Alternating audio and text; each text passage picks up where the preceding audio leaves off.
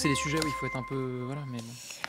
Bonjour Gabriel Attal. Bonjour. Merci beaucoup d'être avec nous ce matin sur LCI. On compte sur vous, monsieur le porte-parole du gouvernement, pour être encore plus précis sur ce qui nous attend face au virus, puisque vous l'avez noté, l'inquiétude monte. Le professeur Delfraissy, hier soir sur LCI, a planté le décor. Il a dit que c'est une vraie vague. Ça, c'est fait, si je puis dire. Et d'autre part, que l'enjeu majeur, c'est d'abord de vacciner les 6 millions de Français qui ne le sont pas encore. Gabriel Attal, à part dire et redire ce qui est important, qu'il faut y aller, comment faire pour atteindre cette poche de résistance? Écoutez, c'est évidemment un enjeu complexe sur lequel on travaille, notamment avec des associations, avec des collectivités locales depuis le début de la campagne de vaccination. C'est le fameux aller vers. Et on dirige nos efforts notamment le plus vers les personnes les plus âgées qui ne sont pas vaccinées. Bon. Ce qu'on peut dire, c'est que ce qu'on constate ces derniers jours, c'est que le nombre de personnes qui se rendent dans des centres de vaccination, dans des pharmacies, chez des médecins pour faire une première dose a de nouveau augmenté. Une augmentation de 20% ces derniers jours. Alors on part de bas, mais c'est un signe positif. Je pense qu'il faut continuer à faire de la pédagogie, à rappeler aux Français que c'est très important. Je pense que la situation, effectivement, et cette 5e vague qui a démarré peut rappeler l'urgence et la nécessité de se protéger et de protéger les autres grâce au vaccin. Je complète en parlant aussi du rappel de vaccination, qui est très important pour les personnes fragiles, c'est-à-dire les personnes les plus âgées, les plus de 65 ans, et puis les personnes qui ont des fragilités médicales. Je pense aux personnes qui ont des maladies cardiovasculaires, des maladies respiratoires, qui souffrent d'obésité, de cancer, ce qu'on appelle les comorbidités. Elles sont aussi, quel que soit leur âge, éligibles aujourd'hui au rappel de vaccination. C'est très important qu'elles fassent ce rappel. On approche des 5 millions de Français qui ont réalisé leur rappel. C'est beaucoup, ça nous place au-dessus de la plupart de nos voisins européens, mais c'est encore trop peu, et donc il faut continuer. Alors pourquoi il y a des questions aussi? Parce que c'est vrai que vous avez fait un choix décisif le 12 juillet, c'est celui du pass sanitaire. C'est une contrainte, ça a fonctionné en termes de résultats de vaccination. Pour atteindre toujours cet objectif de vacciner jusqu'au bout tous les Français, il n'y aura pas néanmoins de contraintes supplémentaires. Écoutez, vous savez, moi, il y a une phrase que je répète beaucoup depuis que je suis porte-parole du gouvernement quand on me parle de la crise du Covid, c'est que c'est très compliqué d'exclure par principe. Voilà, je dois la transparence aux Français et à ceux qui nous regardent. Je manquerai à mon devoir en expliquant que j'exclus par principe des mesures supplémentaires, quelles qu'elles soient. Cette épidémie, elle nous a appris depuis 18 mois, et quand je dis nous, c'est l'ensemble des pays du monde, malheureusement, qu'elle pouvait nous surprendre et qu'on pouvait être amené à prendre des mesures qu'on n'avait pas anticipées. Ce que je veux dire, c'est que évidemment, on a fait un choix depuis que la vaccination est arrivée, et singulièrement depuis le 12 juillet dernier, qui est de faire peser les contraintes sur les personnes qui ne sont pas vaccinées plutôt que sur les personnes qui sont vaccinées. Effectivement, avec le pass sanitaire, il faut se souvenir, au moment où on a mis en place le pass sanitaire, on était un des seuls pays à le faire. Certains dans l'opposition nous ont critiqués pour cela. Ce qu'on constate aujourd'hui, c'est qu'au niveau national, plus grand monde nous critique pour cela, et qu'au niveau international, la plupart des pays nous ont suivis. Vous avez encore des pays, là, récemment, qui annoncent la mise en place d'un pass sanitaire ou d'un pass vaccinal. Mais ça peut, évidemment, ça nous a protégés, mais le professeur Delfraissy le disait très bien hier sur LCI, il y a des limites à la vaccination, et on est en train de les toucher, d'où l'importance de la 3e vague. Mais en termes de contrainte, encore une fois, de coercition qui permettrait de cranter, comme on dit, notre protection. Vaccination obligatoire ou pas? Vous savez, ce débat-là, on l'a déjà, on l'a déjà eu. Et d'ailleurs, c'est important, moi, les gens se demandent. Ce que j'ai souvent eu l'occasion de dire, c'est de demander à ceux qui recommandent une vaccination obligatoire comment est-ce qu'ils le feraient. Et qu'est-ce qu'ils proposent concrètement pour mettre en place une vaccination obligatoire. Avec le pass sanitaire, quand même, on a réussi à inciter massivement les Français à se faire vacciner. Sur la population éligible, c'est-à-dire les plus de 12 ans, on est à quasiment 90% qui ont reçu au moins une dose. C'est beaucoup, c'est colossal. C'est plus, encore une fois, que beaucoup de pays qui nous entourent. Alors, une autre étape qui pourrait être aussi prise, c'est le pass vaccinal. C'est-à-dire le pass sanitaire moins les tests. C'est-à-dire, d'abord, on a fait un choix, je vous rappelle, qui est de ne plus rembourser les tests dits, entre guillemets, de confort, même si je n'aime pas trop ce terme. Mais on n'y reviendrait pas sur ce choix, parce que Jean-Luc Mélenchon, hier sur TF1, qui était l'invité de Gilles Boulot, a dit la première mesure immédiate, il faut rétablir la gratuité des tests. On a eu une gratuité, entre guillemets, un remboursement par la sécurité sociale de tous les tests pendant quasiment 18 mois. Et il y a peu de pays dans le monde qui ont eu cette politique. Vous n'y reviendrez pas. Dès lors qu'on a eu la vaccination, et que par ailleurs on donne un certain nombre de dérogations. Je rappelle que peuvent se faire tester sans frais les personnes qui sont vaccinées, les personnes qui ont une prescription médicale pour se faire tester ou les personnes qui sont cas contact. Ça fait quand même l'énorme majorité des tests aujourd'hui. Une grande majorité vous des. N'y reviendrez pas. C'est pas prévu aujourd'hui. D'accord. Confinement total, vous l'avez dit, pas envisagé, ni de près ni de loin. Je vous ai entendu cette semaine. Les Français ont d'autres questions, alors plus précises. Hein. Oui. On leur a proposé de vous interpeller directement. Je vous propose d'écouter Olivier Delannoy. Il est lillois, il dirige un restaurant et il vous demande ceci. Écoutez. Monsieur Attal, bonjour. Est-ce que vous pouvez nous certifier que nous serons ouverts pour les fêtes de fin d'année? Et j'attends de vous une réponse, pas de politicien, mais franche et sincère. On ne peut pas mieux faire. Allez-y. Ouais, ce que je lui certifie d'abord, mais ça il le sait, c'est que le pass sanitaire a été 100% efficace pour lui permettre de rester ouvert pendant la 4e vague qu'on a connue cet été. Il faut quand même se rappeler qu'on avait des taux d'incidence, un nombre de contaminations qui, sans le pass sanitaire, sans la vaccination, nous aurait probablement conduit à refermer les restaurants, les bars, tous ces lieux, parce que les contaminations étaient nombreuses. Voilà, on a ce pass sanitaire, on a cette chance. Et ce pass sanitaire, il vise, encore une fois, à permettre à tous ces lieux de rester ouverts. Donc, ce que je lui dis, c'est pour Noël, est-ce que vous lui dites qu'à 100%, 150%, il sera ouvert? Ce que je lui dis, c'est que grâce au pass sanitaire, il y a tout lieu de penser qu'il pourra évidemment rester ouvert cet hiver. Le but du pass sanitaire, c'est ça. Est-ce que vous pouvez me certifier, je le reprends parce que c'est un très bon journaliste, il pose très bien la question, est-ce que vous pouvez lui certifier aujourd'hui qu'il restera ouvert à Noël? Je lui dis que je peux lui certifier que grâce au pass sanitaire, il y a tout lieu de penser qu'il restera ouvert. Évidemment, il n'y a pas de raison de penser différemment. Noël, vacances normales, pas les grands-parents à la cuisine et les enfants au salon, comme ça avait été préconisé l'hiver dernier. D'abord, ce n'était pas le gouvernement qui avait tenu ces propos, hein, je le rappelle quand même. Mais il fallait la distanciation sociale et il était recommandé de ne pas aller voir les grands-parents, sauf avec des tests de 24 heures précédentes. Vous dites vacances normales. Moi, je ne sais pas quelle sera la situation épidémique. Et donc, si vous avez une vague épidémique des contaminations, je pense que de toute façon, on l'aura tous en tête, ce virus. Que donc, ça nous poussera à être très responsables. Maintenant, moi, ce que je veux rappeler, c'est que l'an dernier, on était à ce moment-là à la 2e vague du virus pendant les fêtes. Beaucoup de personnes nous avaient dit c'est pas responsable de laisser les Français aller passer les fêtes de Noël ensemble, se déplacer en France, se regrouper, se rassembler. Vous allez avoir une vague très forte du virus dès le début du mois de janvier, etc. Nous, on a fait confiance à la responsabilité des Français. On a dit que les Français étaient responsables, qu'ils étaient parfaitement lucides sur ce virus, qu'ils savaient prendre les bonnes mesures. On n'avait en plus pas à l'époque la vaccination.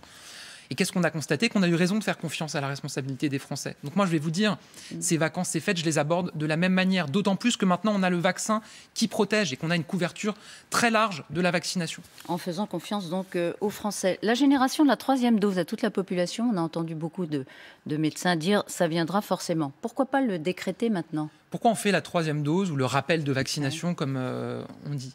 Parce qu'on a des études scientifiques assez nourries, nombreuses, qui nous disent qu'à partir d'un certain temps, c'est estimé à environ 6 mois, chez les personnes les plus fragiles, donc encore une fois les personnes âgées et les personnes qui ont des comorbidités, on constate qu'il y a une diminution de l'immunité conférée par le vaccin.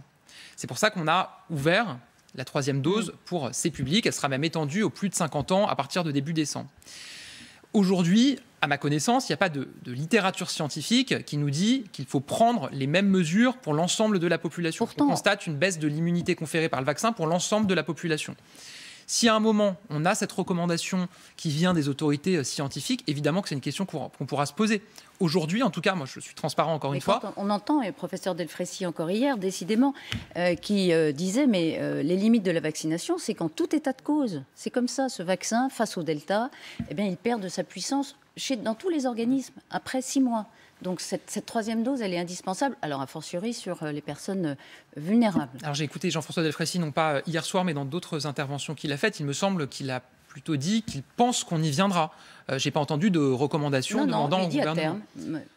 Moi, je vous dis que moi, je ne suis pas scientifique, je suis responsable politique. Donc, vous attendez que les scientifiques vous disent à partir de quel moment ce calendrier sera mis en place. Et vous savez, je pense que c'est important aussi pour la confiance des Français dans les mesures qu'on prend et dans la vaccination d'une manière générale. Il faut que les Français aient cette garantie que quand on recommande quelque chose, quand on incite fortement à quelque chose, c'est parce qu'on a des bases scientifiques et des recommandations scientifiques qui le recommandent.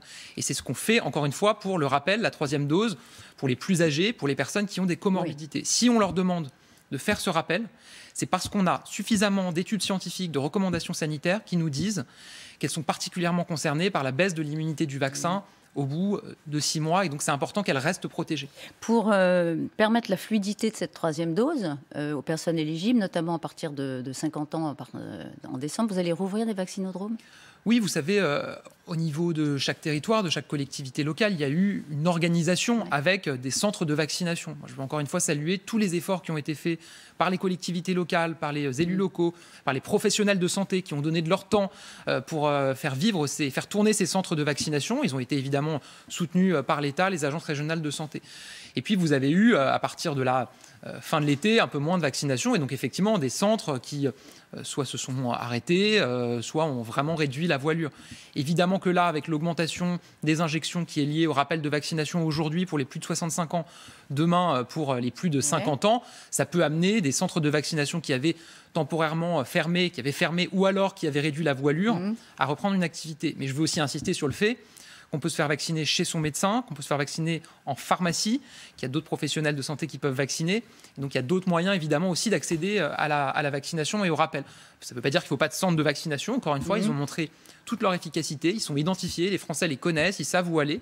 Et donc je pense qu'à l'échelle de chaque territoire, et les collectivités locales, les maires, savent aussi quels sont les besoins de leur population. Alors, et s'il y a besoin de renforcer un centre de vaccination, de le rouvrir. Une question, Gabriel Attal, qui préoccupe les parents. Certains jugent que c'est un peu flou. Elle vous est posée clairement par une maman de Marseille. On l'écoute. Bonjour Monsieur Attal, est-ce qu'on va venir à la vaccination des enfants pour les 5 à 12 ans ? C'est un peu la même réponse que celle que je faisais tout à l'heure sur les autorités scientifiques. Voilà. Encore une fois, on prend les décisions dès lors qu'on a des recommandations scientifiques qui nous disent, voilà, on vous recommande. Vous les attendez pour quand ? C'est d'abord au niveau européen, et puis ensuite ce sera la Haute Autorité de Santé française. C'est quoi ? Sur la vaccination, on a dit fin décembre, début janvier. Sur la vaccination des enfants, il y a effectivement l'agence sanitaire européenne qui étudie actuellement ce sujet-là, qui devrait nous remettre son avis d'ici à la fin de l'année, donc à la fin du mois de décembre. Et ensuite, il faut que les autorités sanitaires françaises, notamment la HAS, la Haute Autorité de Santé, s'en saisissent et remettent elles-mêmes un avis. Et donc, effectivement, en raison de ces deux formalités, enfin ces deux procédures et ces deux délais, on attend ça plutôt au début de l'année, pas avant le début de l'année 2022. Vous comprenez les parents, ils voient qu'on vaccine des enfants en Israël, aux États-Unis. Israël, États-Unis. Mais d'ailleurs, je pense et donc ils se disent, nous, nos enfants, parce que ça permet aussi, on le rappelle, de limiter la circulation du virus. Dans une certaine mesure, de réduire la transmission du virus. Donc ils se demandent, début janvier, Gabriel Attal, c'est demain. On est le 17 novembre. Mais vous savez, je pense que les mêmes Français se disent que c'est une décision qui est loin d'être anodine et que c'est normal qu'on prenne le temps et que les autorités de santé prennent le temps d'examiner ce sujet-là. D'ailleurs, je pense qu'elles pourront bénéficier aussi des premiers retours de la vaccination chez les enfants en Israël, aux États-Unis, qui sont les deux pays que vous avez évoqués, qui ont ouvert la vaccination aux enfants. Mais je pense que c'est important qu'il y ait ce travail nourri qui soit fait par les scientifiques indépendants avant que les responsables politiques aient à prendre une décision. Même si parfois Emmanuel Macron s'est affranchi des avis des scientifiques, on l'a vu dans le passé sur certaines décisions. Mais en ce qui concerne... Sur la vaccination, on a quand même toujours voulu suivre les avis qui nous étaient remis. Et là, vous attendez donc début janvier, une décision sera prise sur la base des recommandations. En tout cas, je pense qu'elle ne sera pas prise avant cette échéance-là. Gabriel Attal, une question politique, économique. Le Sénat a retoqué cette nuit l'indemnité inflation qui avait été annoncée par Jean Castex, on s'en souvient d'ailleurs sur TF1, 100 € pour 38 millions de Français. Il dénonce une mesure électoraliste, trop chère, mal ciblée, donc avec des effets de seuil et des effets d'aubaine. Est-ce qu'en fonction du texte du Sénat, vous allez rectifier le tir de votre mesure ? En tout cas, moi, je souhaite que l'Assemblée nationale puisse rétablir cette mesure. Et je veux d'ailleurs rassurer la même. Et je veux d'ailleurs, bien sûr, je veux d'ailleurs rassurer les Français qui nous écoutent. Il y a ce qu'on appelle une navette parlementaire, c'est-à-dire que le projet de loi de finances, il est examiné à l'Assemblée, au Sénat, il revient à l'Assemblée. Parce que parfois, les Français, ils entendent le Sénat à supprimer. Mais c'est important de savoir qu'il y a cette navette parlementaire et que ce qui compte, c'est à la fin le texte qui est définitivement adopté. Et que l'Assemblée nationale a le dernier mot et qu'à l'Assemblée nationale, la majorité présidentielle est majoritaire. Donc voilà. Donc il y aura cette indemnité inflation de 100 € pour 38 millions. L'Assemblée nationale le valide, mais j'ai assez peu de doutes sur le sujet. Vous ne changez pas une virgule. Ça ne vous incite pas à modifier le ciblage, le montant ? D'abord, je voudrais faire une remarque sur l'information que vous avez donnée. Les mêmes, c'est-à-dire l'opposition, LR, puisque c'est eux qui ont la majorité au Sénat, qui nous disent en permanence Il y a une augmentation des prix, une augmentation des coûts de l'énergie, c'est difficile pour les Français. On met en place une mesure qui est quand même massive, on parle de 3,8 milliards d'euros. Il la supprime en catimini, la nuit, comme ça. Je veux dire, pour un dispositif, soyons honnêtes, il propose un dispositif alternatif, moins coûteux et plus ciblé. Si c'est moins coûteux, ça veut dire qu'il y a moins de Français qui le reçoivent. Voilà, on a pris une mesure massive, on l'assume, parce qu'il y a des Français qui travaillent, qui doivent prendre leur voiture, qui font face à l'augmentation des coûts de l'essence, mais aussi parce qu'il y a des Français qui sont retraités, qu'il y a des Français qui sont étudiants, qui eux aussi font face à une augmentation des prix, à l'inflation qui ne concerne pas uniquement les prix de l'énergie, mais aussi d'autres produits qu'on peut trouver dans les magasins ou en supermarché. Et donc oui, il y a cette mesure qui a été décidée. Ce sera versé à partir de décembre. À partir de décembre, et il y a un énorme travail technique qui a été mené. Par les employeurs, par les entreprises, pour les salariés. Pour les salariés, elles seront compensées évidemment par l'État sur la baisse de... Au centime près, voilà, comme on dit. évidemment. Et voilà. Et après, pour les retraités, ça sera versé avec leur pension de retraite plutôt fin janvier, début février. Fin janvier, début février pour les retraités. Absolument. Tout ça, cette suppression du Sénat, c'est en droite ligne de l'accusation des LR, notamment de cramer la caisse. Mesure électoraliste qui coûte trop cher. J'entends, moi, les critiques qui sont faites, les attaques dans un contexte préélectoral, ou plutôt électoral chez les LR que vous évoquez, puisqu'ils sont en congrès pour désigner leurs candidats. Ce que je constate, c'est que souvent, les mêmes qui donnent des leçons de responsabilité budgétaire font des propositions absolument pharaoniques de dépenses publiques. Je pense à Valérie Pécresse qui avait employé cette formule. Elle fait des propositions qui se chiffrent à plusieurs dizaines de milliards d'euros, sans dire comment elle va les financer. Alors elle dit qu'elle veut supprimer des postes de fonctionnaires, mais elle ne dit pas où. Donc c'est un peu facile. Elle dit où, ce ne sera pas le cas. Donc par déduction, oui, on voit où. Non, on ne voit pas vraiment où. Donc voilà, je pense qu'il faut être cohérent, responsable. Quand on parle des finances publiques, il faut regarder les faits. Voilà, on a un déficit public qui, sur l'année 2021, aura été inférieur à celui de l'année 2020. Et on a, en 2022, un déficit public qui est prévu en dessous des 5%. Et on a une trajectoire qui nous permet de revenir aux 3% en 2027. Oui, on est responsable. Vous savez, si le quoi qu'il en coûte, on a pu le faire, si on a pu prendre ces mesures, c'est notamment parce qu'on a remis de l'ordre dans les finances publiques au début de ce quinquennat. Quand on est arrivé en 2017, quand Emmanuel Macron a été élu, la France, elle était dans ce qu'on appelle une procédure pour déficit excessif à Bruxelles.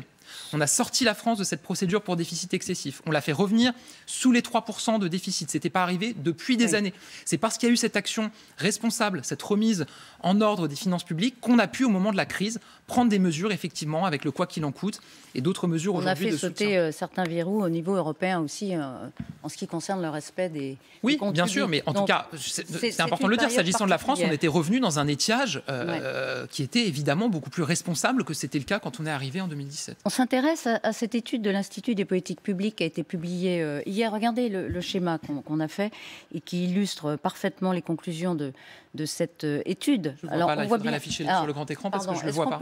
Est-ce qu'on peut le montrer à Gabriel Attal ? Voilà, bravo, merci. Donc c'est très clair. On voit bien qu'une grosse majorité de Français a gagné en pouvoir d'achat. Le schéma est très clair. Ce qui est très clair aussi, c'est que les 1% les plus riches sont devenus plus riches et que les 1% les plus pauvres se sont appauvris. La pauvreté a augmenté, Gabriel Attal, tel qu'on le voit là, ce qui contredit, sauf erreur, une de vos affirmations. C'est une étude qui montre d'abord que le pouvoir d'achat, le niveau de vie a augmenté globalement en France. C'est important de le signaler. Oui, c'est important de le dire pour l'ensemble des catégories de la population, au global. Ce qu'elle dit ensuite, c'est qu'il y a une partie des Français les plus pauvres, vous voyez qu'il y a une petite baisse qu'on voit, etc. Cette étude, elle ne tient pas compte d'un certain nombre de mesures. Elle ne tient pas compte d'un certain nombre de revalorisations des minima sociaux que nous avons décidées.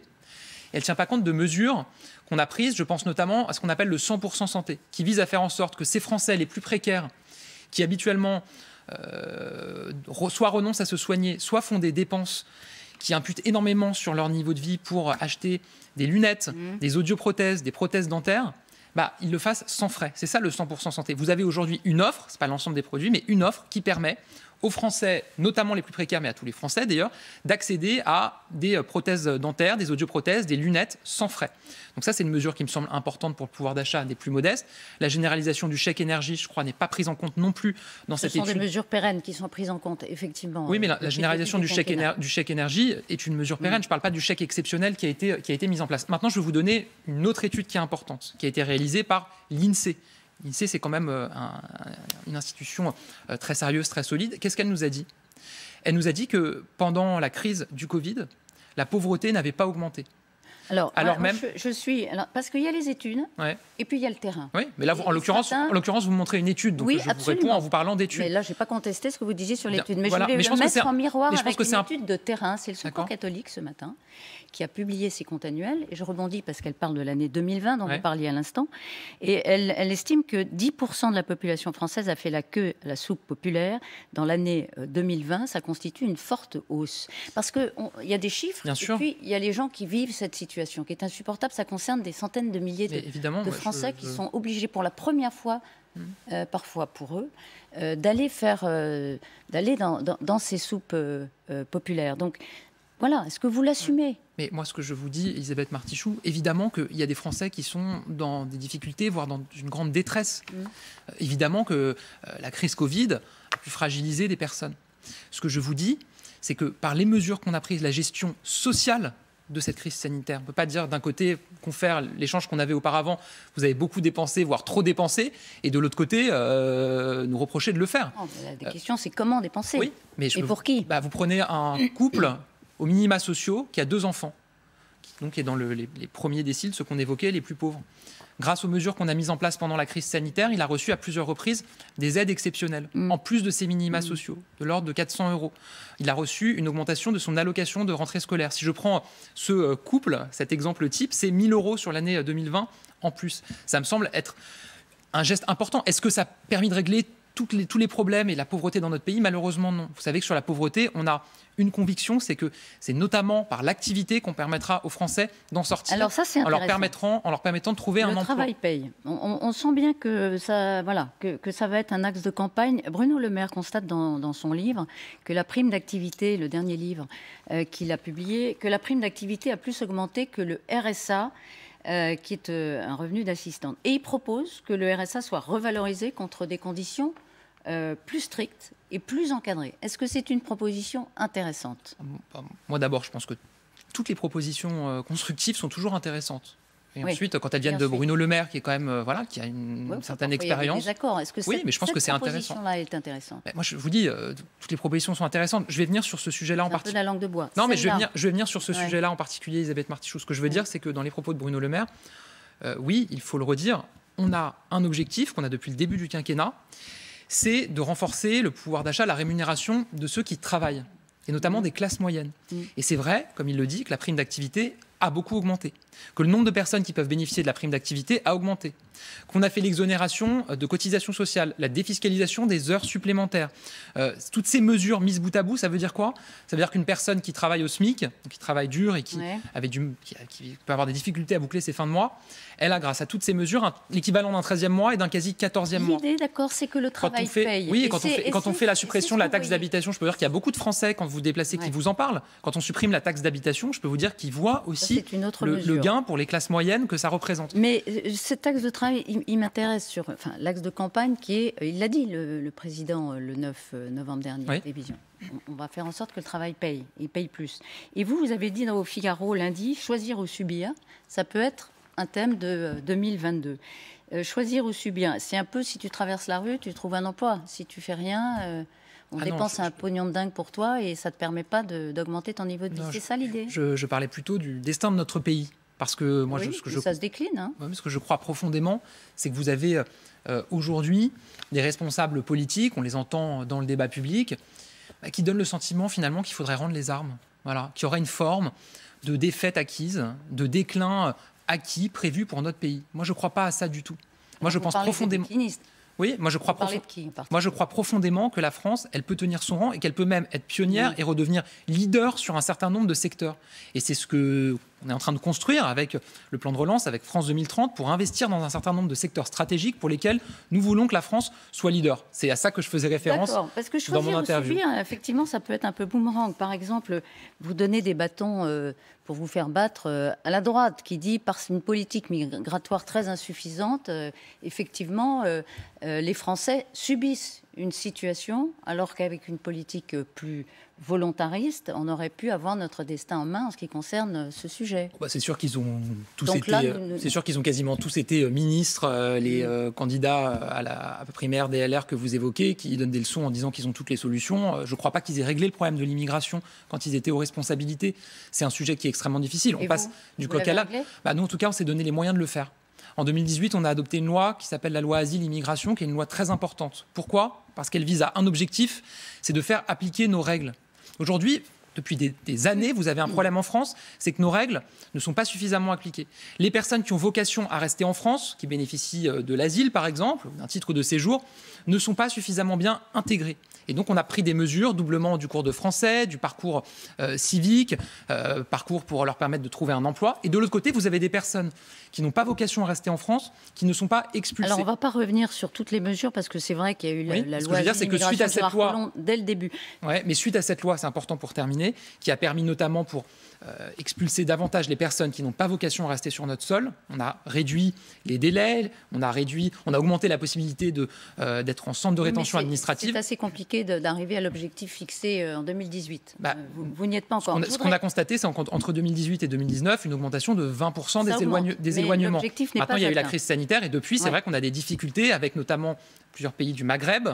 C'est pour ça qu'on a pris des mesures difficiles de réduction des visas pour entre guillemets, les inciter à... Quand est-ce qu'on aura les résultats de cette politique ? Ils seront publiés quand ? Ça fait un peu plus d'un mois qu'on a pris cette mesure. On constate de premiers résultats sur la délivrance des laissez-passer consulaires, puisque c'est ça la difficulté, c'est que pour expulser quelqu'un, il faut que son pays d'origine vous remette un laissez-passer consulaire pour que vous puissiez l'expulser, le reconduire à la frontière. On constate qu'il y a eu... un bilan quand de ce tour de vis? Dès qu'on constatera une amélioration notable. Il y a beaucoup d'échanges diplomatiques qui ont lieu entre les ministres en France et puis leurs homologues dans ces pays. Et encore une fois, on constate qu'il y a eu, c'est vraiment embryonnaire, mais un progrès, notamment avec un des pays qu'on constate aujourd'hui. Alors, encore une question. Je voudrais vous citer un livre qui est publié par Nathalie Chuc et Olivier Beaumont sur le couple Sarkozy Emmanuel Macron. Il y a des extraits ce matin dans le journal Le Parisien et également dans Le Point. Nicolas Sarkozy est cité, ayant dit d'Emmanuel Macron, le fond de l'affaire, c'est qu'il n'a pas eu d'enfant. Et c'est ainsi qu'il expliquerait le défaut d'appréciation d'Emmanuel Macron, notamment sur les questions de la laïcité. Il estime qu'il n'a pas été assez clair. Alors, pour être très honnête, je n'ai pas lu ce livre, ni les extraits que vous évoquez dans un journal. Et par ailleurs, je n'ai pas l'habitude de commenter des phrases qui sont rapportées. Donc, vraiment, là-dessus, je ne peux pas trop vous faire de commentaires. Le fond de l'affaire n'a pas eu d'enfant. Si c'est ça... bon, voilà, c'est écrit, c'est entre guillemets, c'est la première fois, effectivement, qu'on le lit.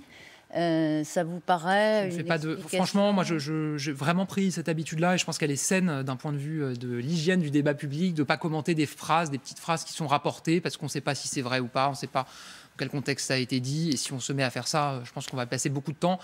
Alors qu'à mon sens, je me trompe peut-être, mais je crois que ce qui préoccupe les Français, notamment peut-être ceux qui nous écoutent en ce moment, c'est les enjeux qu'on a évoqués, c'est la question de la crise sanitaire, c'est la question du travail, c'est la question des mesures qui sont mises en place pour relancer l'économie de notre pays. On les a largement évoqués. Alors très vite, je vous pose 3 questions. Je vous demande d'être d'abord bref. Marine Le Pen, elle demande solennellement au président de la République un moratoire sur le démantèlement de Fessenheim, parce qu'en mars 2022, le démantèlement arrivera à un point de non-retour. Il le fera ou pas? L'idée, c'est de laisser la main à son successeur s'il est défait. Non, je veux rappeler le choix qui a été... En un mot, vous le ferez ou pas? Non. Voilà, en un mot, non. Mais pourquoi? Parce que parier et investir sur le nucléaire, ça ne veut pas dire le faire sans boussole ni sans regarder la manière dont ça se fait. Fessenheim, c'est quoi? C'est une centrale de deuxième génération. C'est une des plus vieilles centrales en France. Il y avait des coûts prohibitifs pour renouveler Fessenheim. Et c'est sur la plus grande nappe phréatique d'Europe. Donc en responsabilité, on a fait ce choix de fermer Fessenheim. En revanche, ça ne nous empêche pas, au contraire, de continuer à investir pour le nucléaire. Et le président, d'ailleurs, s'exprimera très prochainement sur ce sujet-là.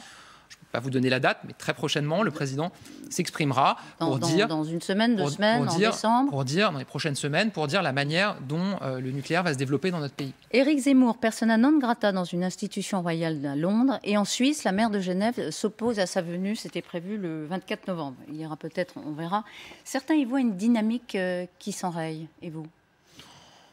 Écoutez, moi, Éric Zemmour, il n'est pas candidat. Il n'a pas annoncé sa candidature. Donc, moi, j'ai du mal à faire des commentaires sur... Oui, c'est de la langue de bois, ça. Non, sauf si vous avez des informations que je n'ai pas. Il n'est pas candidat. Il peut ne pas l'être, en fait. Est-ce que ce serait ça Moi, je suis factuel. Quand on n'a pas déclaré sa candidature, c'est qu'on n'est pas encore candidat ou qu'on n'est pas candidat. Voilà, moi... Donc, votre stratégie face à Éric Zemmour, c'est de ne rien dire et d'attendre qu'il soit candidat. Mais moi, je réponds. Et je peux commenter des propositions, je peux répondre à des personnes qui sont candidates, qui sont élues. Ce n'est pas le cas d'Éric Zemmour. C'est très personnel, parce qu'il y a chez vous, dans la Macronie au sens large, des personnalités, des élus qui attaquent. Vous dites non. Moi, ce que je dis, c'est que je suis porte-parole du gouvernement, que notre pays est dans des difficultés importantes. Il en sort d'un point de vue économique, on l'espère aussi d'un point de vue sanitaire, et qu'il y aura un moment l'élection présidentielle, il y aura des candidats à cette élection présidentielle, il y aura un débat à ce moment-là, évidemment. Mon souhait, c'est d'y participer. Mon souhait, c'est que le président soit candidat, qu'il soit réélu. Où ça va, porte-parole jusqu'au bout, porte-parole de la campagne. En tout cas, je peux vous dire, moi, je suis à fond dans ma tâche. Et évidemment que mon souhait, c'est que le président soit candidat et qu'il soit réélu. Mais ce n'est pas le moment aujourd'hui pour nous de parler de la campagne présidentielle. Mais on dit que vous êtes très bien dans le rôle de porte-parole. Voilà, merci, Elisabeth Martichoux. Je suis ravi que notre échange se termine non, on le dit, comme cela. Je le disais, je dis, on le dit. Si, vous l'avez dit, vous le pensez, je suis sûr. On sait, c'est ma dernière question, que le président est darwinien, donc il y a une sélection naturelle. Voilà, on dit que vous réussissez, donc vous serez dans le dispositif. Moi, ce que je vous dis vraiment, c'est que si le président est candidat, évidemment que je me donnerai à fond pour sa réélection. Évidemment. Bon. Et porte-parole du gouvernement, c'est bien comme poste ? C'est un poste porte-parole de la campagne, on peut faire les deux en même temps. C'est un poste qui est difficile, qui est exigeant, mais qui est passionnant. D'abord, servir son pays, en plus à mon âge, c'est une chance. Et puis, c'est un poste qui vous permet d'intervenir, de travailler sur une très grande variété de sujets, sur l'ensemble des sujets. Comme on l'a entendu c'est vraiment très intéressant. Ce matin sur LCI. Merci beaucoup, Gabriel Attal.